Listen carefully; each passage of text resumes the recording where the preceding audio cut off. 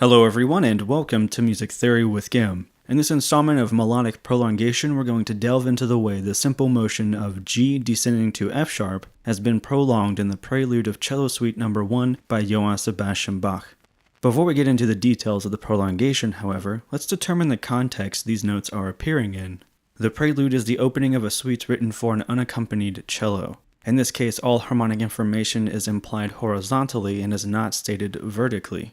And though we are going to be looking at a single monophonic stream of notes, we should keep in mind how they relate to the implied harmony, which is E minor and D7.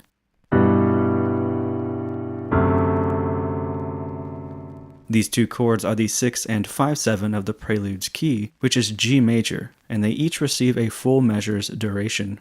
Though the nature of a melody unfolding harmony horizontally tends to have more freedom than perhaps a melody heard against chordal accompaniment, and as such should be analyzed differently, understanding the implied harmony in a slightly vertical manner is important because it can assist in determining which notes are structural and which are prolonging. In this excerpt, both G and F sharp are structural tones, but that does not mean that every G and F sharp is a structural tone. For instance, F sharp will be appearing within the first measure, but it will always be heard as subordinate to the structural tone G, even when it appears on the surface that G itself is briefly subordinate to F sharp. So we must not simply look for the motion of G to F sharp or for the notes as they appear on the surface. We must also consider how these notes relate individually to the implied harmony and how they structurally relate to one another as a whole. And before we go any further, let's go ahead and listen to the excerpt so that we know what we're analyzing.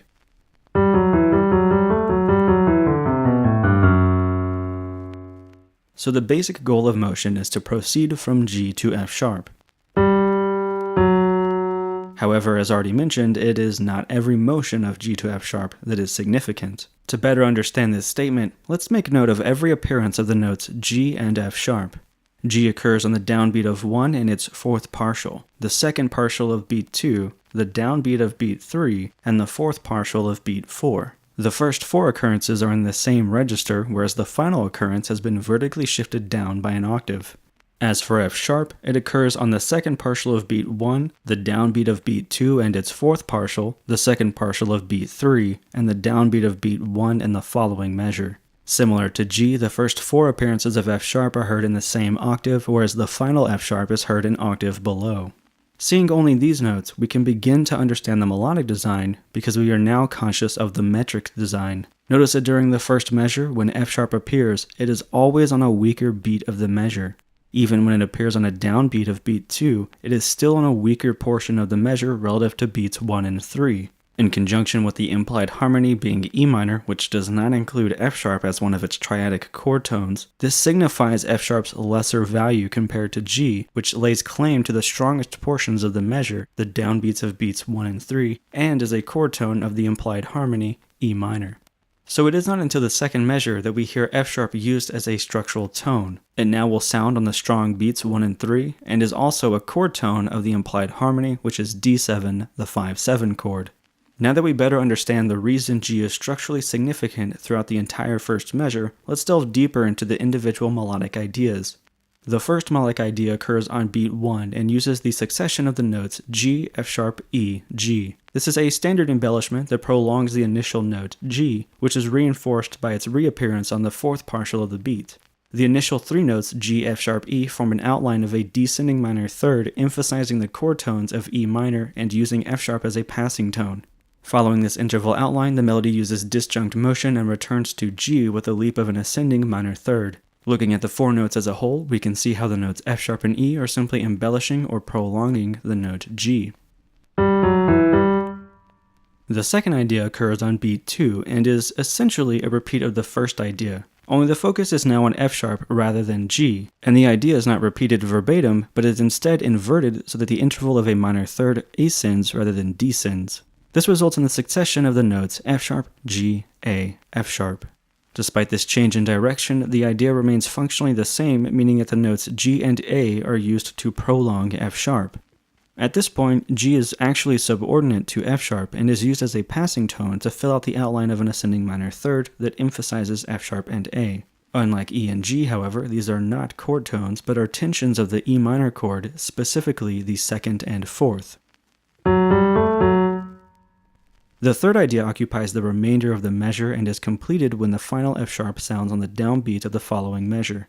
It is a simple descending scale run that uses only stepwise motion, creating a smooth transition to a lower octave. And though this change can be viewed as an aesthetic choice, the following measure is actually a transposition of a measure heard previously in the prelude and is, I believe, an important contributing factor of the choice to vertically shift F sharp down an octave. So while it is an aesthetic choice that does prolong the note G, it is far from being arbitrarily chosen and certainly contributes beyond this simple prolongation. This, however, reaches beyond the scope of this video and will be set aside.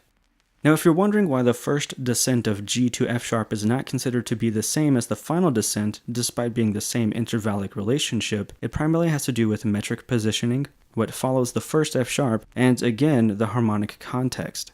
As mentioned before, this first F sharp appears on a very weak portion of the beat, and as a result is subordinate to the preceding G. It also appears within an octave outline or descending scale run, whereas the final F sharp appears at the end of the scale run. Due to the constant flow of conjunct motion in a single direction, our ears are going to emphasize the beginning and ending notes. As a result, the first F sharp is absorbed into the scalar descent, prolonging the note G, whereas the final F sharp is heard separately as a structural tone.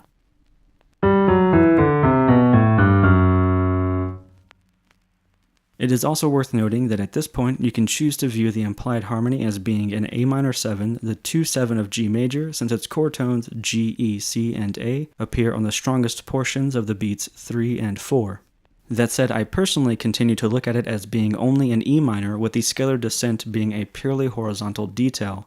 Anyways, now that we have determined the three individual ideas, let's look at how they function as a whole, delaying the motion of G to F sharp. As we just determined, beat 1 prolongs the note G, beat 2 prolongs the note F sharp, and beats 3 and 4 again prolong the note G. With G being the structural tone of the measure, we can view beat 2 as being a lower neighbor tone. This means that beat 2 prolongs the note G, despite F sharp itself being prolonged within beat 2. This is why G, despite being subordinate to F sharp within beat 2, is still heard as the primary structural tone, with F sharp being an embellishing tone on a larger scale. Once the lower neighbor tone has been completed, G descends the entire octave with stepwise motion, delaying the arrival of F sharp to the downbeat of the following measure.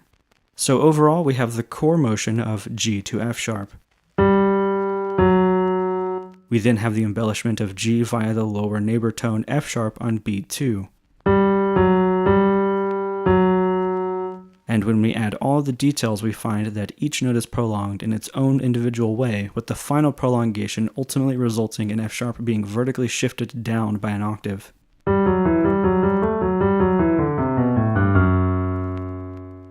And this is how a two-note idea has been logically and musically expanded to be 17 notes, or how an idea was increased in length by 850%. That's a very large increase, and though this results in only a measure of music, you should be able to at least somewhat see how this can be applied to compositions on a larger scale. Before we conclude the episode, I do want to mention that the inverted melodic idea of F sharp on beat 2 is more than simply a way to repeat or sequence an idea. It also contributes to the measure's balance. It creates a contrast to the surrounding descending motion, particularly the following descent of more than an octave via conjunct motion. So rather than this, we hear this. Of course, this is subjective, but it is worth considering the next time you find yourself questioning the details of your own music or the music of another. Consider how an individual idea relates to those surrounding adjacently and beyond. And lastly, the excerpt covered in this episode begins in measure 14, and the source of measure 15's transposition can be found in measure 6. So I hope you enjoyed this episode and are looking forward to more analyses focused on melodic prolongation. We'll certainly be returning to this prelude in the future, as it is stocked full with so many lessons regarding prolongation and development. However, in the next episode, you can expect to see how another composer chose to create melodic prolongation in potentially a much different setting. For those of you that are patrons, be on the lookout for an exclusive analysis of the Prelude as a whole. This will provide you a thorough overview of the piece so that in the future, when we analyze the minute details of the Prelude, you will already have at least a general understanding of the context. In the meantime, if you happen to have any particular questions regarding this analysis or the piece as a whole, be certain to contact me. I'll make note of your questions and comments and address them in the exclusive content. For those of you that are not patrons but would like to support my endeavors, be certain to click on both the subscribe and the like buttons, and share the video as often as you can. Should you find yourself wanting to take your support to the next level, hop on over to patreon.com/GUIM and consider pledging some coin. These videos certainly take a lot of time and effort, so any support on your end will be greatly appreciated. Either way, until next time, thank you for watching this episode of Music Theory with GUIM.